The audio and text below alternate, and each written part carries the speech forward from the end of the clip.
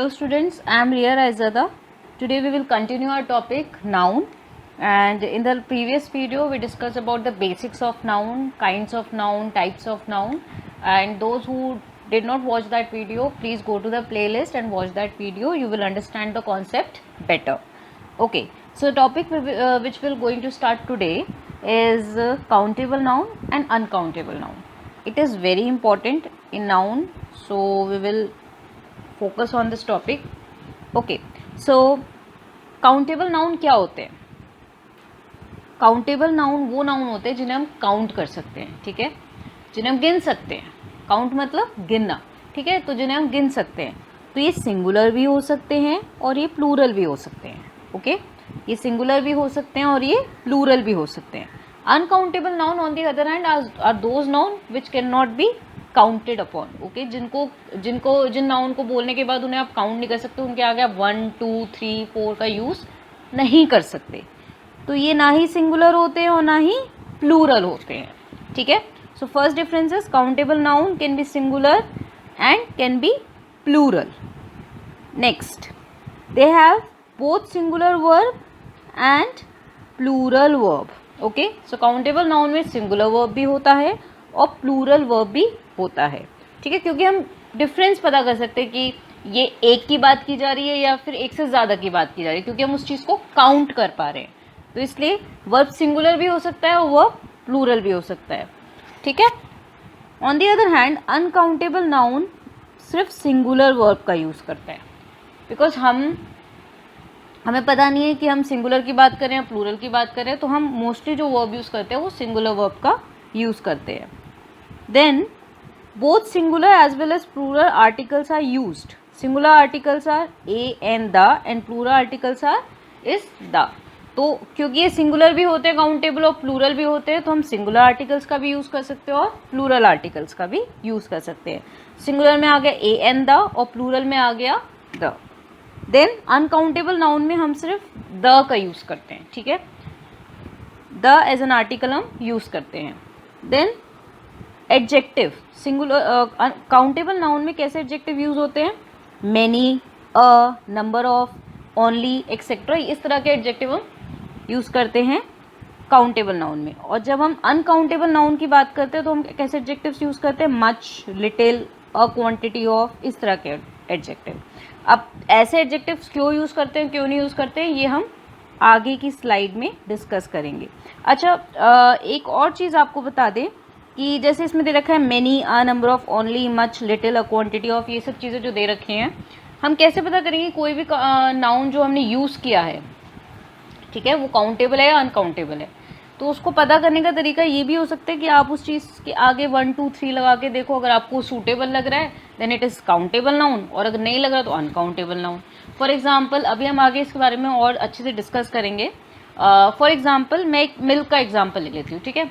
अगर हम बोलते हैं 1 मिल्क, 2 मिल्क, 3 मिल्क, क्या ये सूट करता है? ठीक है, कोई सेंस बनता है इसका इंग्लिश में? नहीं बनता, ठीक है. लेकिन अगर हम बोलते हैं 1 litre of milk, 2 litre of milk, 3 litre of milk, तो इसका सेंस बनता है. तो एक और चीज़ का ध्यान रखो, जो वेट होता है, टाइम होता है, डिस्टेंस होता है, क्वांटिटी होती है किसी भी चीज़ की, किसी भी यूनिट की, उसकी जो जितनी भी यूनिट्स होती हैं वो आपकी काउंटेबल होती है. जैसे डिस्टेंस में 1 डिस्टेंस 2 डिस्टेंस नहीं बोल सकते, लेकिन 1 किलोमीटर बोल सकते हैं, 2 किलोमीटर बोल सकते हैं. तो वेट, टाइम, डिस्टेंस वगैरह ये सब आपके अनकाउंटेबल नाउन होते हैं, लेकिन जो इनकी यूनिट्स होती हैं जिनमें हम इसको डिफाइन करते हैं वो काउंटेबल होती है. इसके बारे में हम और डिटेल में आगे डिस्कस करेंगे. ओके, अब एग्जाम्पल्स ले लेते कुछ अनकाउंटेबल नाउन्स के, ठीक है. तो अनकाउंटेबल नाउन क्या आते हैं जिन्हें हम काउंट नहीं कर सकते? जैसे एडवाइस, एडवाइस को काउंट कर सकते हो? नहीं कर सकते. इन्फॉर्मेशन, इन्फॉर्मेशन को काउंट कर सकते हो? नहीं कर सकते. हेयर को काउंट कर सकते हो? नहीं बाबा, हेयर को कैसे काउंट करोगे, ठीक है. वर्क को कर सकते हो? नहीं कर सकते. तो इसमें जितने भी नाउन आप देख लो, इसके आगे आप 1 2 3 लगा लो, आपको कोई सेंस नहीं दिखेगा, ठीक है. For example, advice, information, hair, work, luggage, mischief, bread, scenery, abuse, vacation, evidence, employment, paper, equipment, alphabet, poetry, furniture, baggage, fuel, paper, machinery, equipment, material, ये सब क्या है? These are all uncountable noun. ये major uncountable noun है, otherwise आप किसी book को refer करोगे तो उसमें आपको और भी 3-4 दिख जाएंगे, ठीक है। तो आप कोई भी नॉर्मल सी ग्रामर की बुक निकाल के बैठ सकते हो और उसमें आप अनकाउंटेबल नाउन की एक लिस्ट देखोगे and you will see all these nouns, ठीक है। कुछ मेजर मैंने कवर करे हैं, जो बचे होंगे वो उस बुक में होंगे, so some work you have to done by yourself. Okay okay, so next is even money, weight, time. जैसे जो पॉइंट मैंने आपको पिछली स्लाइड में बताया था कि even money, weight, time, distance are also uncountable until their units are present in the sentence, ठीक है। तो ये भी अनकाउंटेबल होते हैं until इनकी यूनिट्स प्रेजेंट हो सेंटेंस में या नहीं, जैसे 1 मिल्क, 1 डिस्टेंस, ठीक है, और या फिर 2 वेट, 3 टाइम, नहीं, ऐसे तो नहीं लिख सकते ना हम। जब तक इसकी यूनिट्स प्रेजेंट नहीं है ये अनकाउंटेबल रहते हैं। सो एग्जाम्पल में जैसे he is full of mischief, ठीक है, mischief is another uncountable noun, तो he is full of mischief. तो देखो एक और यहाँ पे कवर मैंने कर दिया, the information about the robbery was correct, ये भी सिंगुलर है तो इसके साथ सिंगुलर का ही यूज होगा। अब इज, वॉज, हैज़, ये सब सिंगुलर फॉर्म ऑफ वर्ब होते हैं, ठीक है। तो जब हम वर्ब चैप्टर पढ़ेंगे you will get to know about it, ठीक है। इज, वॉज, हैज़, ये क्या होते हैं, सिंगुलर फॉर्म होते हैं, ठीक है। विल, ये सब सिंगुलर फॉर्म को रिप्रेजेंट करते हैं। तो one should work hard to get success, we should always take advice of our elders, ठीक है। तो इन सब के साथ ये जितने भी सेंटेंस बन रहे हैं ये सिंगुलर फॉर्म के पैटर्न में बन रहे हैं, okay. So the next point is, अब अगर हमें इन्हीं को ही ब्रेक करना हो, ठीक है, अनकाउंटेबल नाउन को जब हमें ब्रेक करना हो तो हम किस तरह के एक्सप्रेशंस का यूज़ करते हैं, जैसे कि पीस, बिट, आइटम, इस तरह के एक्सप्रेशंस का हम यूज़ करते हैं जब हम अनकाउंटेबल नाउन को ब्रेक करेंगे। तो हम टू इन्फॉर्मेशन नहीं लिख सकते, लेकिन हम लिख सकते हैं a piece of information, she has given me 3 slices of bread. Food एक तरह का अनकाउंटेबल नाउन होता है, जो फूड आइटम्स होते हैं वो भी अनकाउंटेबल नाउन होते हैं। लेकिन अगर हम, जैसे ब्रेड ही है, अगर ब्रेड को हम क्या कहते हैं वैसे ही लिखते हैं फूड आइटम्स में तो अनकाउंटेबल रिप्रेजेंट करता है। लेकिन हमने इसको स्पेसिफिकली मेंशन किया कि हम यहाँ कितने स्लाइसेस की बात कर रहे हैं, ब्रेड के 3 स्लाइसेस की बात कर रहे हैं, तो ये क्या हो गया, काउंटेबल बन गया। A piece of advice, an act of mischief. तो ये कुछ फ्रेजेस होते हैं जिससे हम अनकाउंटेबल नाउन को ब्रेक करते हैं, okay okay. The next point is, and last point of this class, collective noun which are used in plural sense. अब जो हम आगे से पढ़ेंगे वो सारे होंगे कुछ रूल्स नाउन के, ठीक है। जैसे कि जो हमने रूल्स, बेसिक रूल्स पढ़े थे उसको थोड़ा सा और इलैबोरेट करेंगे इन रूल्स में, ठीक है। जैसे कि नाउन दे रखे हैं कैटल, ठीक है, cattle, gentry, peasantry, clergy, majority, folk, people, ठीक है। ये सब क्या है, ये ऐसे नाउन हैं जो कि प्लूरल सेंस में यूज़ किए जाते हैं।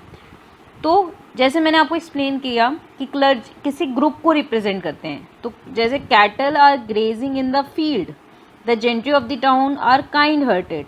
तो जब हम एक से ज़्यादा लोगों की बात कर रहे हैं तो हम इन तरह के शब्दों का इस्तेमाल करते हैं। मेजॉरिटी तो आप समझ ही होगे कि मेजॉरिटी अपने में एक प्लूरल वर्ड है। पीपल, जब हम किसी एक इंसान की बात करते हैं तो हम पर्सन बोलते हैं, ठीक है। लेकिन जब हम एक से ज़्यादा इंसानों की बात कर रहे हैं तो हम पीपल बोलते हैं, ठीक है। फोक, ठीक है, उसके बाद आ गया फोक, मतलब किसी ग्रुप को रिप्रेजेंट करना, ठीक है। फोक डांस भी आपका कोई क्या कहते हैं जैसे होता है तो वो बड़े बड़े ग्रुप्स में होता है, ठीक है। उसके बाद आता है क्लर्जी, ठीक है, जब हम बहुत सारे चर्च में बहुत सारे जो क्लर्जी वगैरह होते हैं उनको रिप्रेजेंट करते हैं तो हम क्लर्जी यूज़ करते हैं, ठीक है।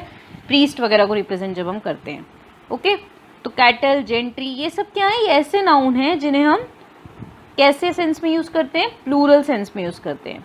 उसके बाद ओके आगे दे रखें जैसे committee, house, mob, family, audience, crowd, police, team, number, staff, public, इन्हें भी हम प्लूरल में ही यूज़ करते हैं। लेकिन इनके साथ जो वर्ब यूज़ होता है वो आपका सिंगुलर वर्ब यूज़ होता है, ठीक है। अब जो ऊपर हमने पढ़े थे, ठीक है, जो ऊपर हमने पढ़े थे ये जो थे ये प्लूरल के सेंस में यूज़ करते हैं, और इनके साथ हम वर्ब भी कैसा यूज़ कर रहे थे, प्लूरल ही कर रहे थे, आर, वर, ठीक है, हैव, ये सब क्या है, आर, वर, ठीक है, हैव, ये क्या है, प्लूरल वर्ब्स हैं, तो इनके साथ हम प्लूरल ही यूज़ कर रहे थे।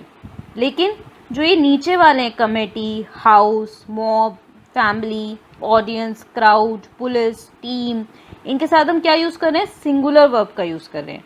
कब यूज़ कर रहे हैं, जब ये एक बॉडी या फिर एक ग्रुप ऑफ मेंबर, ग्रुप की तरह यूज़ हो रहे हैं, ना कि किसी मेंबर की तरह यूज़ हो रहे हैं, ठीक है। जैसे कि committee is unanimous on this issue, people of all the countries should work for piece, police has posted all over the group, तो यहाँ हैज़ हो गया, यहाँ इज़ हो गया।